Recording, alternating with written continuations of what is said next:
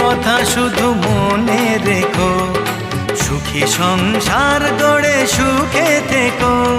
এ ঘর দুয়ার সব শূন্য করে যেতে হবে তোমাকে স্বামীর ঘরে।